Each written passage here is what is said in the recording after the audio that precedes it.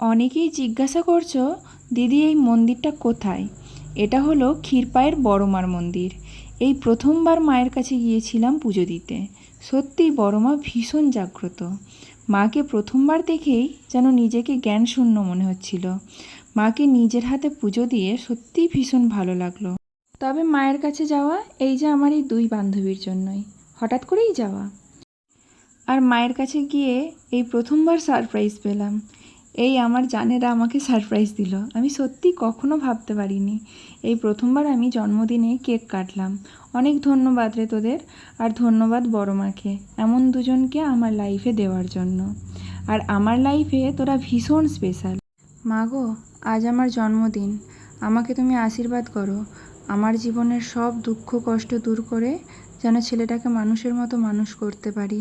আর সবাইকে ভালো রেখো, সুস্থ রেখো, আর তুমিও ভালো থেকো মা।